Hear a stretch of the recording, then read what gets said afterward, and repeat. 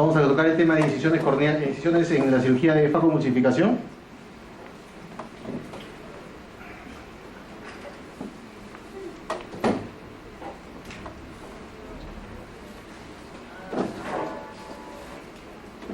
Tenemos que en la cirugía de facomulsificación le podría decir que es una cirugía paso dependiente. Entonces tenemos que un paso es condicionante del siguiente paso. Y como iniciamos la faco con las incisiones, bueno, previamente con la asepsia y antisepsia, la técnica quirúrgica ya con las incisiones tenemos que hacerlo de manera correcta para que después no tengamos dificultades ni complicaciones. A eso es lo que se refiere este párrafo, en que la realización de una incisión perfecta es uno de los componentes esenciales de la facomulsificación, que condiciona todo el desarrollo de la operación. ¿Cuál es la característica ideal de una incisión? Ideal, que sea anastigmática, o sea que no genera estigmatismo, y que la incisión sea autosellante. Por esa incisión no filtre líquido humor acuoso o no filtre elementos de la cámara anterior. Tenemos que tener conocimiento de estos conceptos previamente para entender lo que es, a qué es lo que se refiere uno, ¿no? Vamos a revisar el término de anillo óptico corneal, el término de válvula bisagra y el efecto astigmático de los diferentes tipos de incisión. Tenemos acá, en lo que se refiere al anillo óptico corneal, es más que todo para identificar la zona central, intermedia y periférica de la córnea. Tenemos que, esto se refiere específicamente a que mientras más central hagamos una incisión o hagamos un corte, mayor astigmatismo va a generar esto en la córnea y va a generar al paciente. Entonces lo ideal, por lógica, sería que el astigmatismo, la incisión mientras más periférica es mejor, genera menor astigmatismo. Inclusive hasta las incisiones corneales que antiguamente se hacían generaban menor astigmatismo, pero estas ya no se hacen con frecuencia, ¿no? Tenemos la regla de la válvula. ¿A qué se refiere? Acá tenemos una incisión que es totalmente perpendicular, no genera una válvula. Entonces, basta que se deprima o se toque esta zona, no va al pequeño. Esta es por ejemplo, la tunelización que realiza una herida perpendicular, no valvulada, es recta prácticamente. Hay este pequeño espacio de tunelización que es prácticamente nulo. Entonces uno deprime esta zona y va a filtrar por ahí humor acuoso o estructura. Entonces la regla de la válvula se refiere en que hay que entrar un poco en diagonal. ¿Para qué? Para generar esta válvula, este espacio. Y acá tenemos como A genera este espacio que que es una válvula, para evitar que por ahí fluyan los líquidos de la cámara anterior, el líquido de la cámara anterior. El efecto de la bisagra, o la regla de la bisagra, se refiere a qué? A que la tunelización de la córnea tiene que tener una longitud específica por una razón. Cuando uno introduzca elementos por esta zona, el efecto de la válvula va a ser como una boca. Entonces, cuando uno introduzca, siempre va a tener, como digamos que se va a acodar un poco, pero va a evitar que salga mayor contenido de elementos. Mientras que hacemos una pequeña tunelización, apenas entramos ya se va a abrir toda la válvula. Todo el efecto de la válvula se va a abrir y se va a filtrar los líquidos de la cámara anterior. Esto mayormente tiene una longitud aproximada de 1.75 a 2 milímetros. Lo que se refiere al efecto astigmático de los diferentes tipos de incisiones es, por ejemplo, a grosso modo, que una incisión de 2.2 milímetros de longitud va a generar aproximadamente un astigmatismo de 0.11, mientras que una incisión más larga, más ancha, de 3 milímetros aproximado, va a generar un astigmatismo de 0.33. Mientras mayor es la longitud, mayor astigmatismo puede generar. Vayamos directamente a lo que es las incisiones.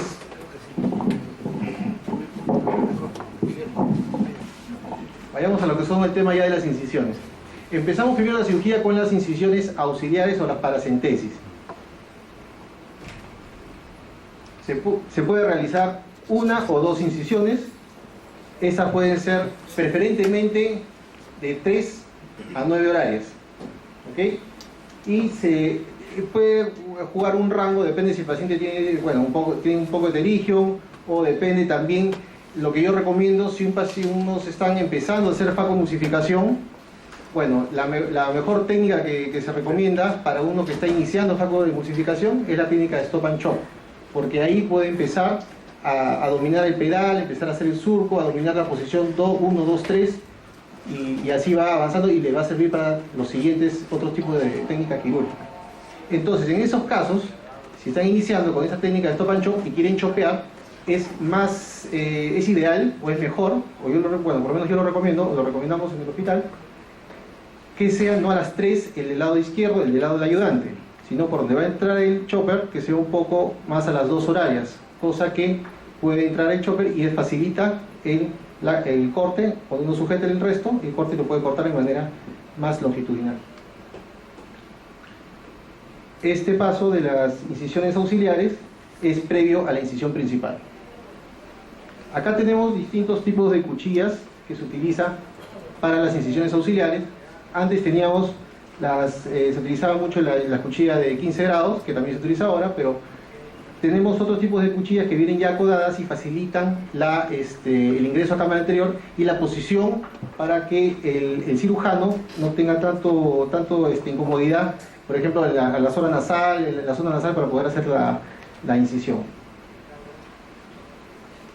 Tenemos otras cuchillas antiguas como la 22, 30, 45.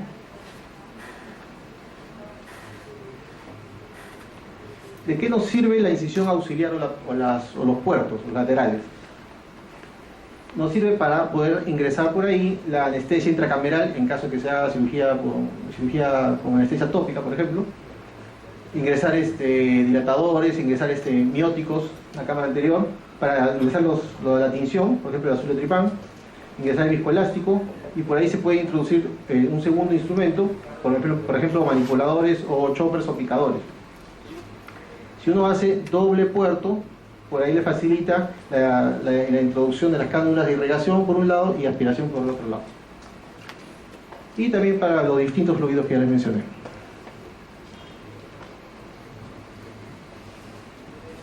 Cuando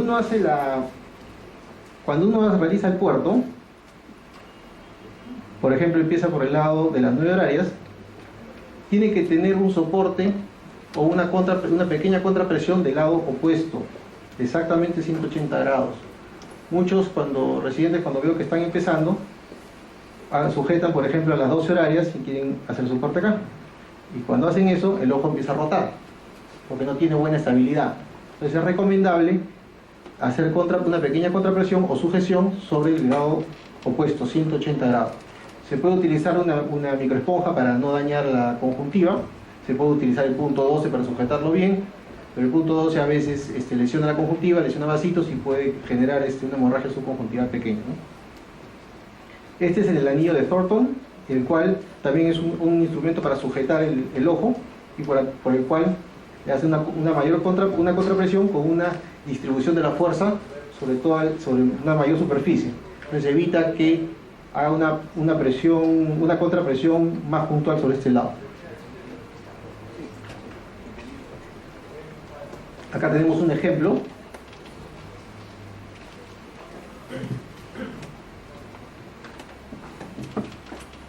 Acá tenemos cómo se sujeta. Bueno, en este caso el cirujano no lo sujeta exactamente al lado opuesto, pero es un cirujano más experimentado. Ingresa con su cuchilla en dirección hacia el rodete de la pupila del lado contralateral. Y por ahí ya puede introducir los distintos fluidos. Acá tenemos están habiendo una paracentesis con la sujeción a 180 grados, igual al otro lado contralateral, a las 9 y 3 horarias, calculando más o menos que sea un diámetro de más o menos de 1.0 o 1.2 milímetros. Ahora vamos a lo que es la incisión principal. Una vez que ya realizamos las incisiones auxiliares o la paracentesis, ya introducimos el anestésico, ya introducimos el azul la tinción, el azul, por ejemplo, el azul de tripán, y ahora introducimos viscoelástico para poder tener buen tono en el ojo, Acuérdense que tenemos ya dos puertas abiertas, entonces ya tenemos que introducir viscoelástico para que el ojo tenga buena tonificación. Y pasamos a la incisión principal. La incisión principal mayormente la hacemos en la córnea. Puede hacerse también limbar o puede hacerse también escleral. Vamos a ver las ventajas y desventajas de estos otros. Mayormente lo hacemos corneal. Puede realizarse en el cuadrante superior, y se recomienda que sea superior, si uno es diestro, no exactamente a las 12 horarias, sino un poco hacia la derecha para que pueda tener mejor maniobrabilidad porque uno es diestro. Caso contrario, si es zurdo. Puede ser, como le digo, cuadrante superior o temporal. Acá tenemos los distintos, ¿qué se necesita? La cuchilla, que en este caso puede ser de diamante, puede ser de acero inoxidable o puede ser descartable. Y como les dije, tiene que tener una adecuada presurización el ojo con la administración de viscoelásticos.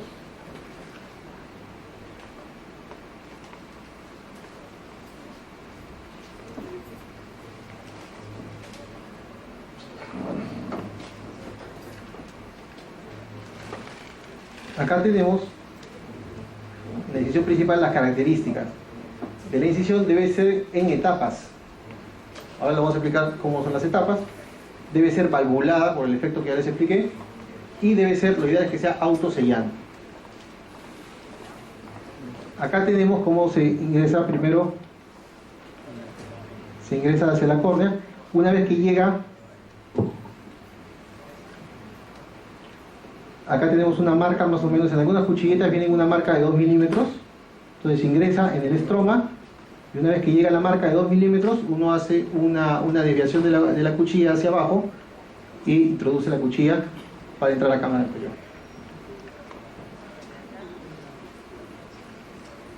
Entonces, ¿cuáles son los procedimientos? Primero se seca la córnea, se hace una incisión vertical. Ese es un tipo de efecto valvular, un tipo de técnica para hacer un efecto valvular de la córnea. Primer paso, un corte perpendicular, luego avanzar aproximadamente 1,75 a 2 milímetros del estroma y posteriormente dirigirnos 45 grados hacia abajo, hacia la cámara anterior. Acá tenemos, por ejemplo, esta es una cirugía antigua, con una bisturí, hace un corte perpendicular.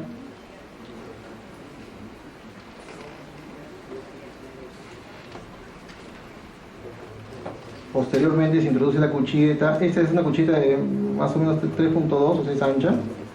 Se introduce, avanza más o menos 2 milímetros y luego vean cómo inclina hacia abajo para entrar y se ve el brillo, cambia el brillo de la cuchilleta y ya está uno en cámara anterior.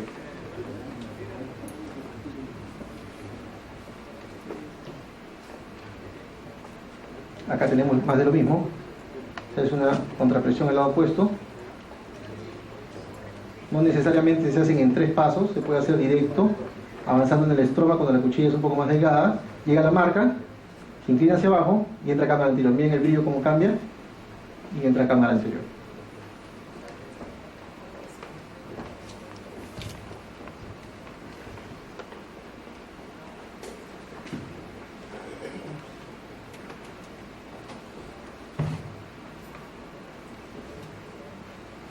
Las ventajas de las incisiones corneales son que no hay que realizar una disección de la conjuntiva para, por ejemplo, una tunelización escleral.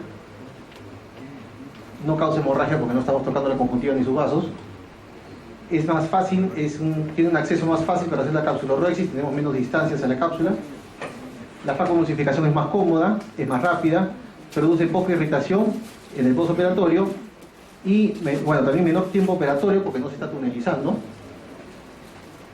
en la esclera, ¿no? Y la mayor de las veces, ya en casos experimentados, no se utiliza sutura. Si es que requiere poner sutura, se pone sutura, pero mayormente esto está hecho para que no se ponga sutura, para que sea autosellante y es más cosmético.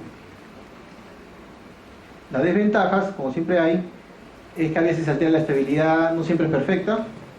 Hay mayor riesgo, bueno, entre comillas, porque se está entrando directamente a cámara anterior por una puerta abierta de la córnea.